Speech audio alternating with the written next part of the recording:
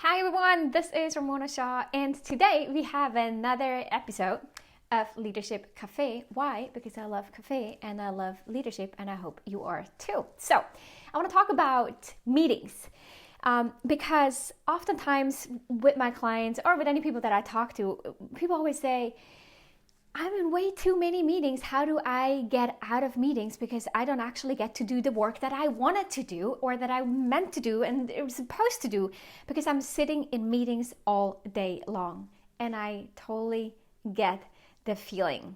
Now, it's almost to the point where I sometimes feel meetings can be really fun and really cool and good, but they have become this negative thing that we all just want to have less of. But the important part is about figuring out which meetings are really useful, which are decision meetings, which are brainstorming meetings, and then enjoy the ones and go like full in on the ones that are helpful. Have fun with those so that they don't become a burden, but that you're actually like them. And then what I want to talk about today is how to have less meetings overall. And so sometimes we don't just need to make a little change. We kind of got to look at things differently. So imagine kind of this is the worldview right now, instead of just turning it a little bit and like, no, it doesn't work. I can't make a change here. I'm not the organizer.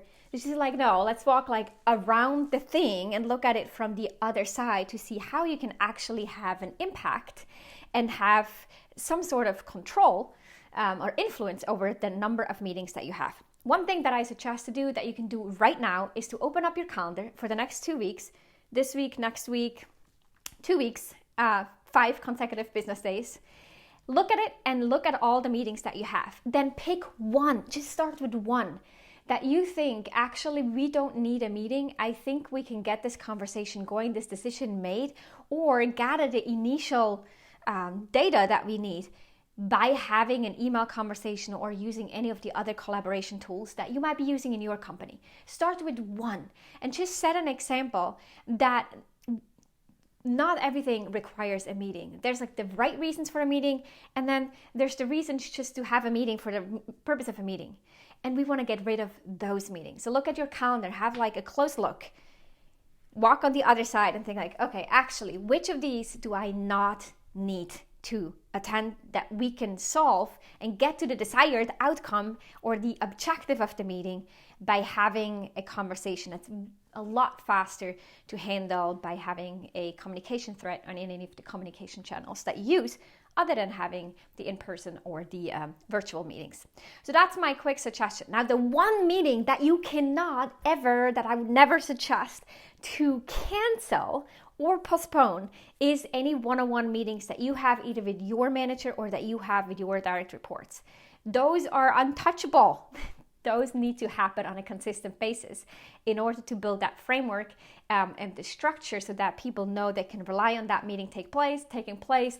They know that this is the time to ask you questions, for you to clarify things, get issues sorted out, move ahead in full steam for the following week. So don't touch the one-on-one meetings, but everything else, really take a step back, look at them critically and think, do we really need them?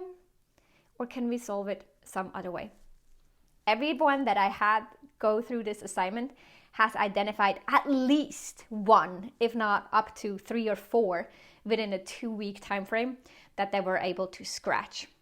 Once you do it, you'll see opportunities to do more and more of this, and you're getting more aware and careful which meetings to accept.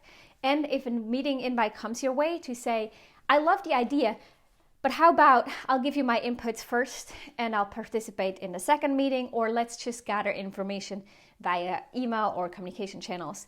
Otherwise, first, before we actually sit down, because now you know how much time you'll save by doing this and how powerful it is and effective this strategy is. I hope you found this helpful.